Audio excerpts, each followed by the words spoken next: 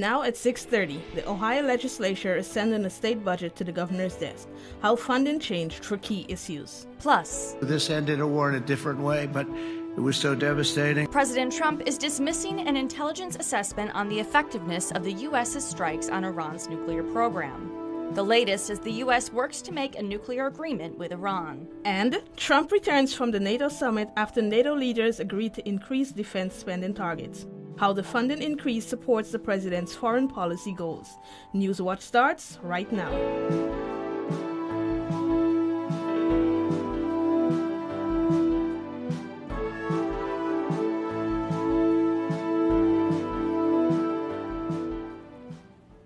Good evening, I'm Abigail Semple. And I'm Megan Acker. Welcome to Newswatch.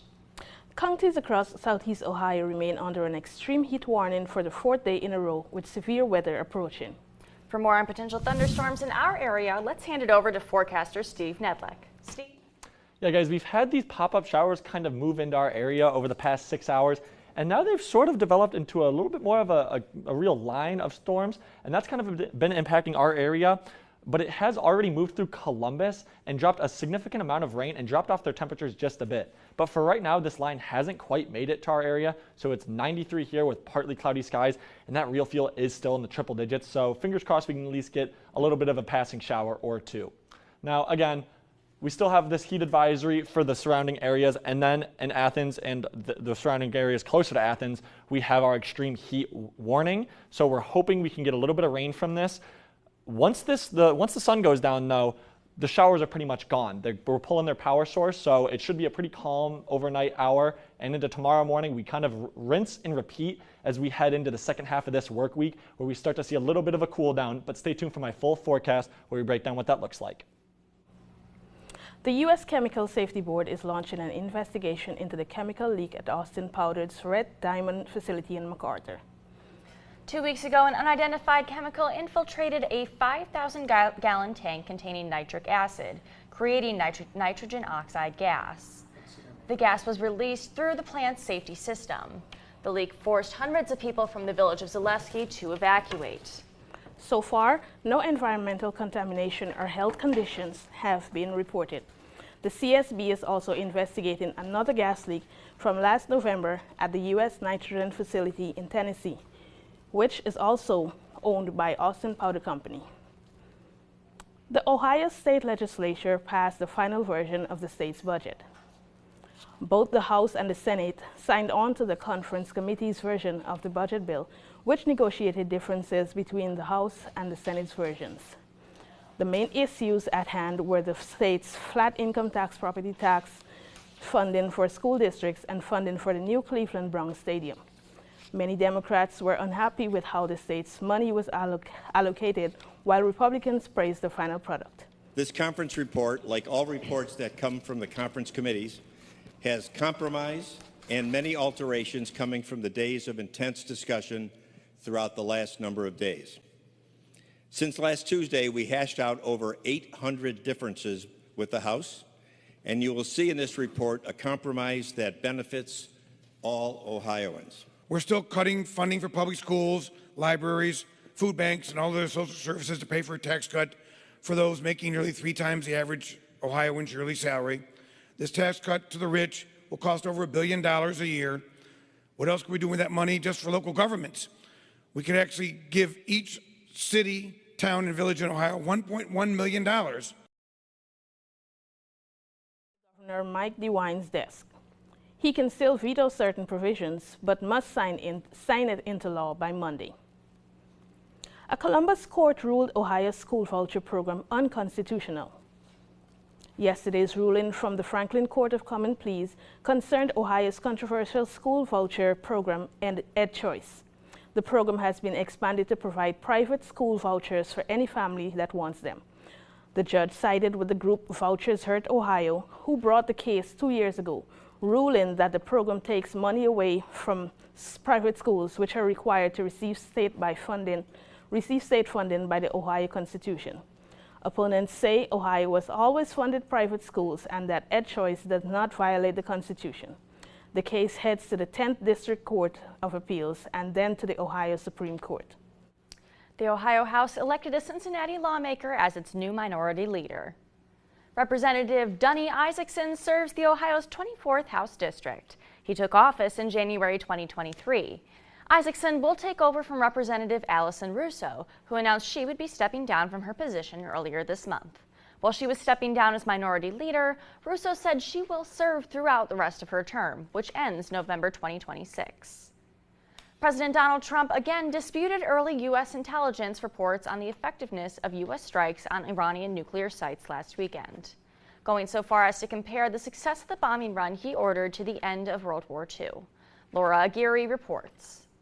We call it the 12-day war. We think it's over. I don't think they're going to be going back at each other. I don't think so. President Donald Trump projecting confidence that Israel and Iran's ceasefire will hold and that targeted U.S. strikes successfully destroyed Iran's nuclear capabilities. We assess that the American strikes on Iran's nuclear facilities has set back Iran's ability to develop nuclear weapons for many years to come.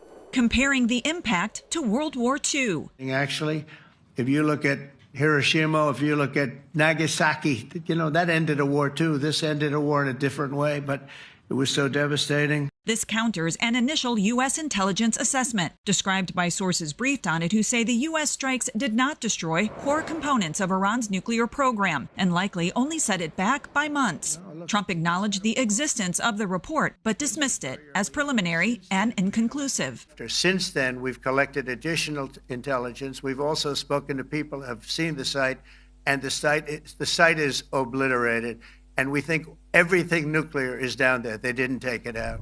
On Capitol Hill, agreement runs largely along partisan lines. Donald Trump has a long history of distorting and putting his own take on U.S. intelligence assessments, regardless of what it actually says. So you have the Iranians that are saying, look, we want to negotiate peace now. Obviously, we impacted their facilities. Trump confirmed today the U.S. will meet with Iran next week about a potential nuclear agreement, but has repeatedly said he doesn't feel that formality is necessary. I'm Laura Aguirre reporting. NATO leaders delivered President Donald Trump a major win by boosting their defense spending targets. In a statement, NATO leaders reaffirmed the group's ironclad commitment to collective defense. President Trump has been calling for a pledge to increase defense spending for years. It would boost spending to 5% of their GDP over the coming decade and increase from the current target of 2%. Something that no one really thought possible. And they said, you did it, sir, you did it. Well, I don't know if I did it, but I think I did.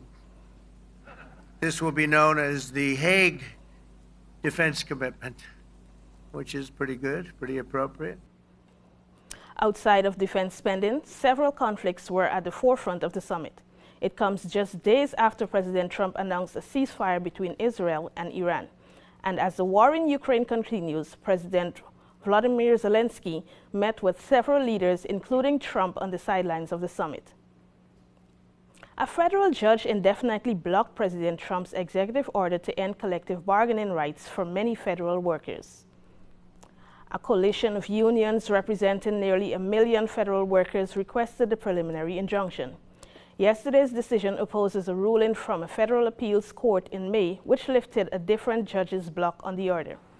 At issue was an executive order President Trump signed in March that attempted to abolish multiple agencies' union contracts for national security. The unions argued the order violated their First Amendment rights. The Senate could vote this week on President Donald Trump's sweeping domestic policy legislation, the so-called Big Beautiful Bill. GOP leaders are scrambling to secure enough support to pass it with a simple majority. One sticking point is Medicaid. The Senate plan could cut it more deeply than the House version. Lawmakers on both sides of the aisle have expressed concerns about the potential cuts. Cutting Medicaid, food assistance, childcare, making it harder for women to participate in the workforce. All to give tax breaks to people who already have access to all of these things. The leader needs to get with the rural hospitals and he needs to satisfy their concerns and make sure that they can stay open.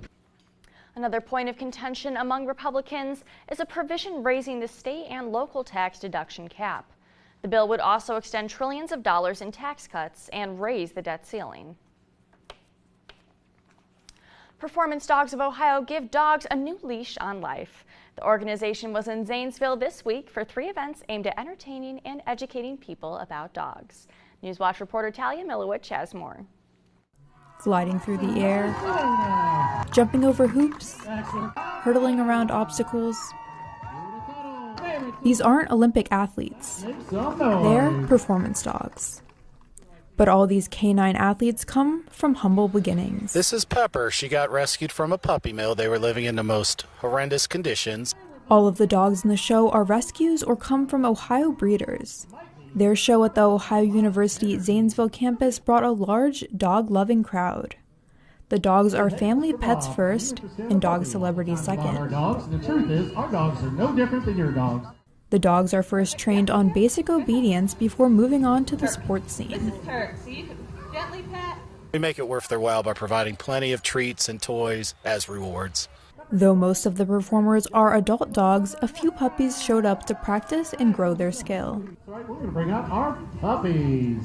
Make some noise if you like puppies. Since 2022, performance dogs have shared their skills and spread joy across the state. I love seeing animals do these tricks and all these cool things, and I love children seeing their face happy. A major part of the show is the audience itself. Many want to learn more about dogs and their skills. Seeing the kids smiling, the parents having a good time. So by far the audience is what makes the shows. Though the dogs didn't have much to say about the show, they seemed to have a great time showing off to the audience. I love dogs. I love animals. Reporting for Newswatch, I'm Talia Milowich. Coming up, as the temperature rises, so can mental health issues. How you can keep your mental health steady during this sweltering heat wave. And vaccination rates are declining. What this means for your health. Storms are in the area. Find out what that means for the heat next.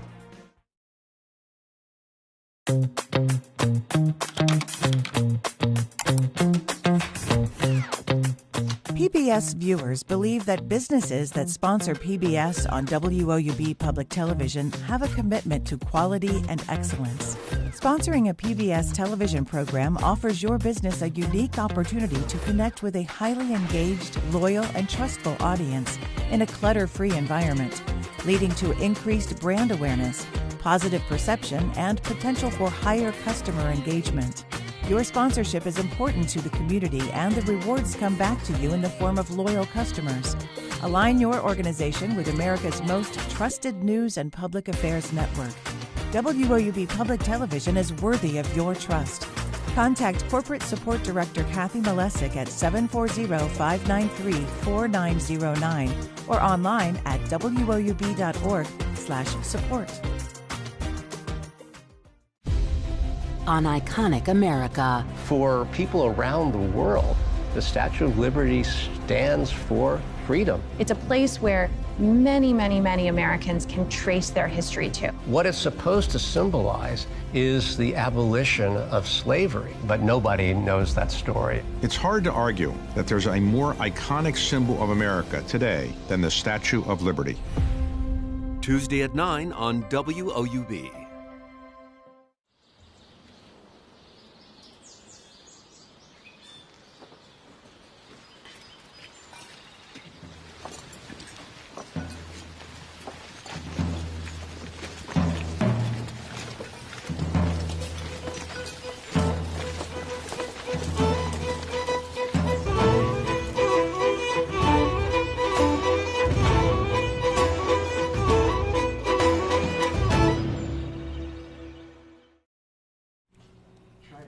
So Steve, do you think we'll get any relief from the heat anytime soon? You know, there is some rain in the area, but for right now, we've stayed pretty dry. There's been actually a lot of rain that came through Columbus, and that gave them some relief, so we're hoping we can get some of that. Absolutely, Steve. I know we're seeing some thunderclouds outside right now. Is that any indication what we're getting this evening? You know, hopefully, maybe not this evening because the sun's going to go away and it's going to lose its power source. But right now, outside, again, we do have that rain on the way, and it's kind of developing through our area. You know, so we're kind of waiting and seeing for that. Absolutely. Steve, do you have any more for us on the weather right now? You know, yeah, if we take a look at the radar right now, we can see this line of storms that's really starting to develop a little bit, and it's kind of pushing towards our area. We have reports of some wind that's pushing in and some thunder, but no real rain yet. So again, no real relief that's coming from this. And so for right now, we're just kind of hoping that we can get a little bit of a few raindrops that can help drop our temperatures.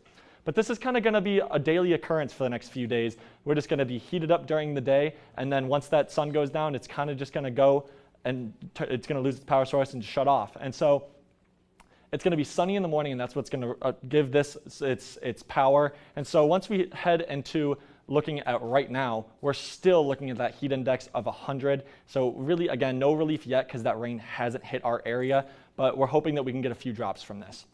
Outside, again, we can look and see Columbus at 78. They did get a lot of rain, and so we are kind of hoping that we get a similar kind of thing because their heat index has dropped off significantly then after that. And so that's going to move through and kind of help alleviate some of this, but we are still dealing with a heat advisory in the Columbus area, and then for us, we still have that extreme heat warning, which could still pose a danger, especially if this line doesn't drop a decent amount of rain. Now looking at our heat dome, it's still kind of set up and it hasn't really gone anywhere yet, but it is being kind of pinched down slightly, and the reason for that is this front that is kind of just sitting over the northern part of Ohio and helping to, again, provide some relief to areas like Columbus. And so this will start to take shape over the next few days, but it's dropping a lot of that widespread rain over the area and providing the moisture that was needed for these storms to head into Columbus and into our region. But again, if we look at tonight, we are going to then, it's going to lose its power source. So then the showers should shut off, but they'll kick right back up tomorrow when we have a sunny morning, and that's going to give us a high of 93. But again, that chance of rain does return, and that'll be here for the next few days. And this is kind of what we're looking at. We thought this front was going to move through, but it almost went in reverse, oddly enough. We saw it drop south into our region slightly yesterday, and it kind of just reversed track and kind of parked over the Great Lakes, and it really isn't going to do much. It's actually going to move further north on Friday, but it's going to allow for some more flow from the south to head into our area, and what that's going to do is it's going to allow us to have more widespread rain as we look into Saturday. That's when we're going to see our biggest chance of actual, widespread rain. And then on Sunday is where we start to head into, a little bit of a more scattered region. Taking a look, this rain is going to help cool off our area, but it's still going to be pretty above average. And then if we look into the beginning of the work week next week, we finally get a little bit of relief. We break out of the 90s finally about Tuesday of next week. But again, we do have that chance of thunderstorms. Wednesday is the first day where we don't have a heat advisory. We don't have rain in the area. We just have some clouds, so we're just trying to get there. Back to you guys. Thank you, Steve. Extreme heat is dangerous to physical health, and it can hurt our mental health too, especially for people experiencing homelessness or those with a mental illness. As the heat wave sweeps the East Coast, Mandy Gaither has more on how to help those at risk.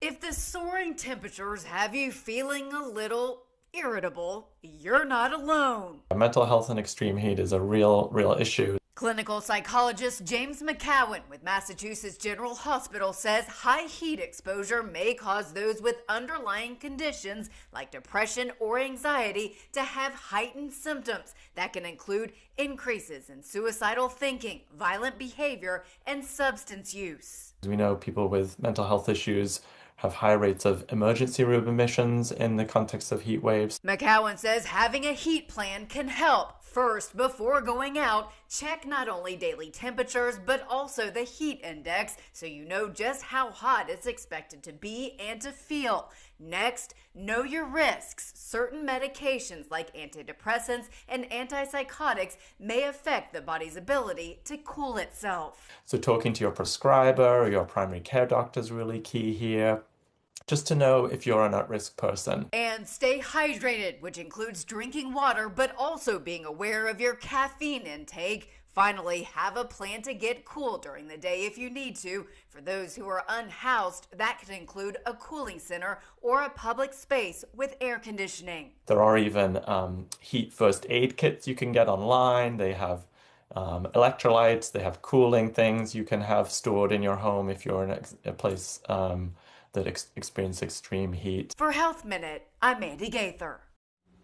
Pride Month celebrates LGBTQ people, but older members of the community are often overlooked. As of now, there are more than 30 million older LGBTQ adults in the U.S. The American Association of Retired Persons Dignity 2024 survey says that the largest concern for older LGBTQ+ adults is social isolation, which could mean lacking the support they'll need as they age. The LGBTQ community is more likely to be single, less likely to have children, and some of those social connections that we would assume from a family or biological connection aren't there. The survey also found a number of queer adults feel vulnerable in healthcare spaces, specifically trans and non-binary people, with a third up saying their quality of care has been compromised.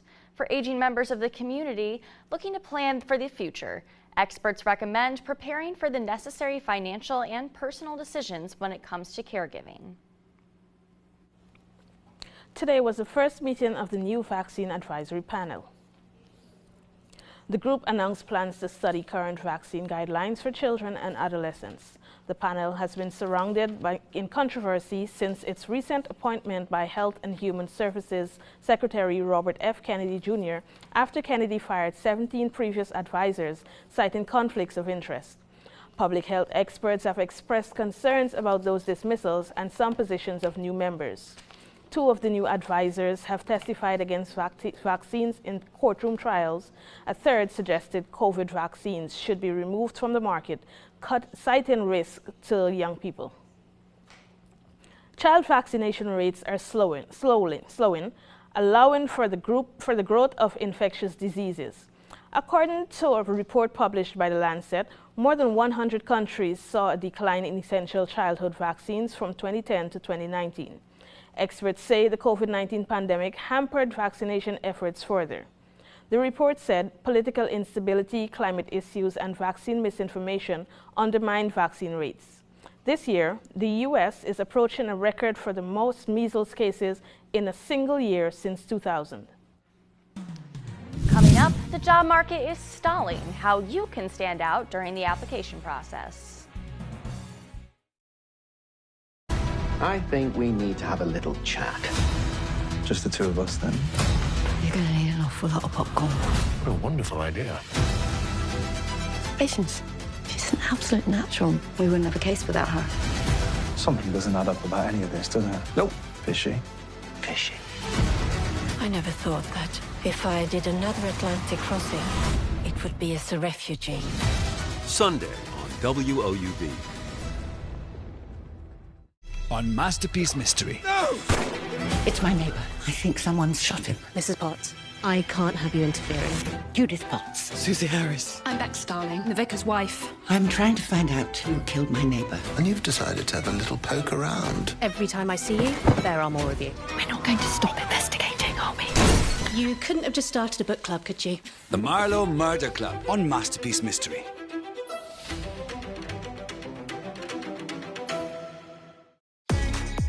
This is the moment that you've been waiting for. On your marks, get set, go!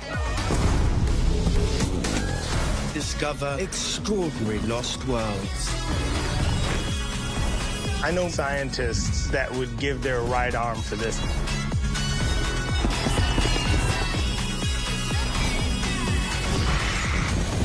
This is heaven. Hope y'all ready.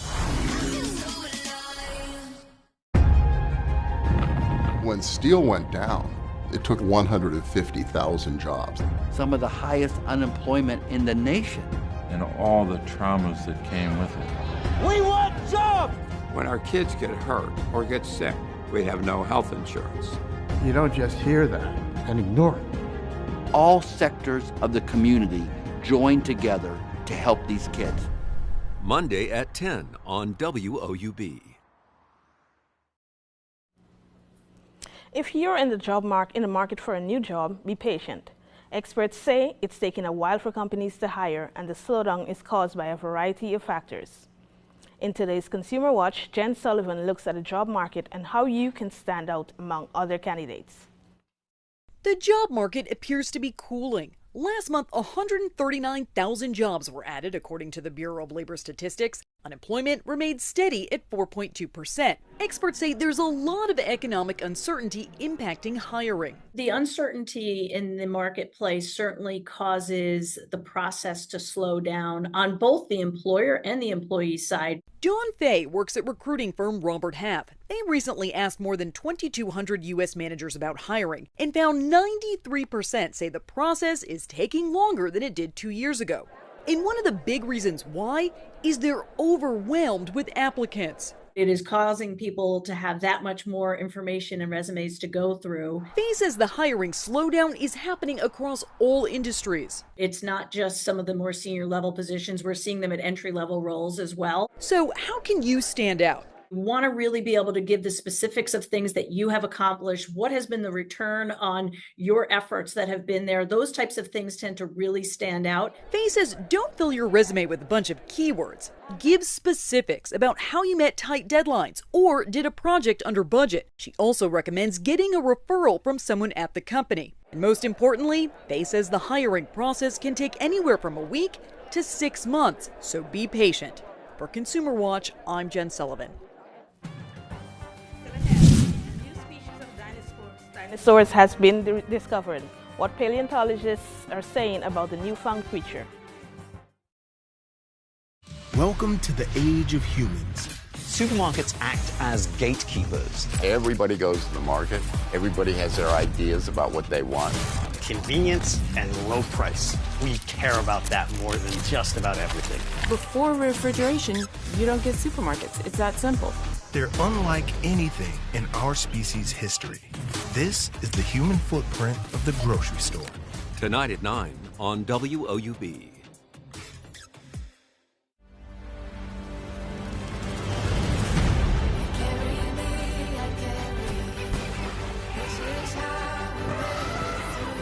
You are ready to go.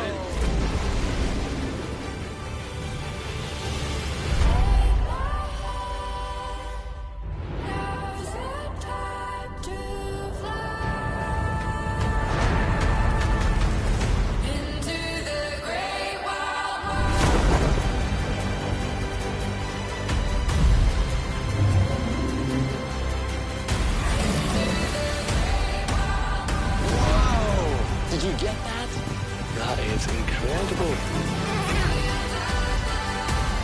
We are a part of a revolution. That, for me, is so exciting.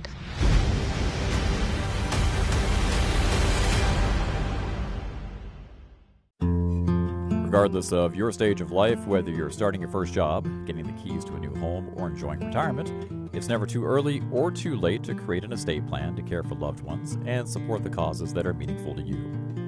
WOUB Public Media is pleased to have partnered with Giving Dogs, a free resource for building an estate plan that fits your needs and protects the people and causes you care about. Visit WOUB.org and click the Support tab to get started today.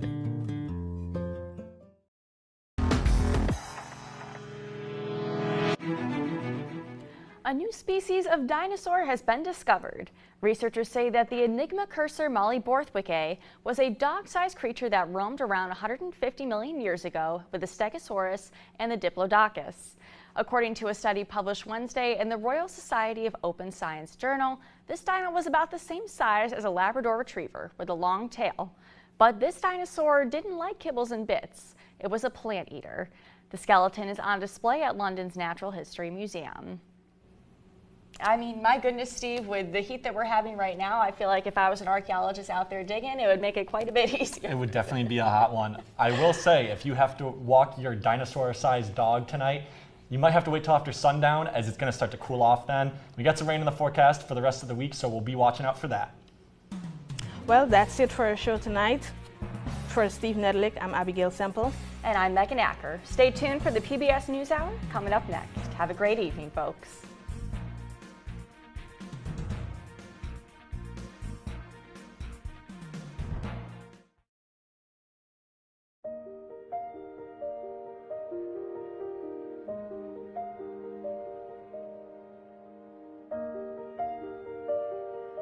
For more than 70 years, WOUB Public Media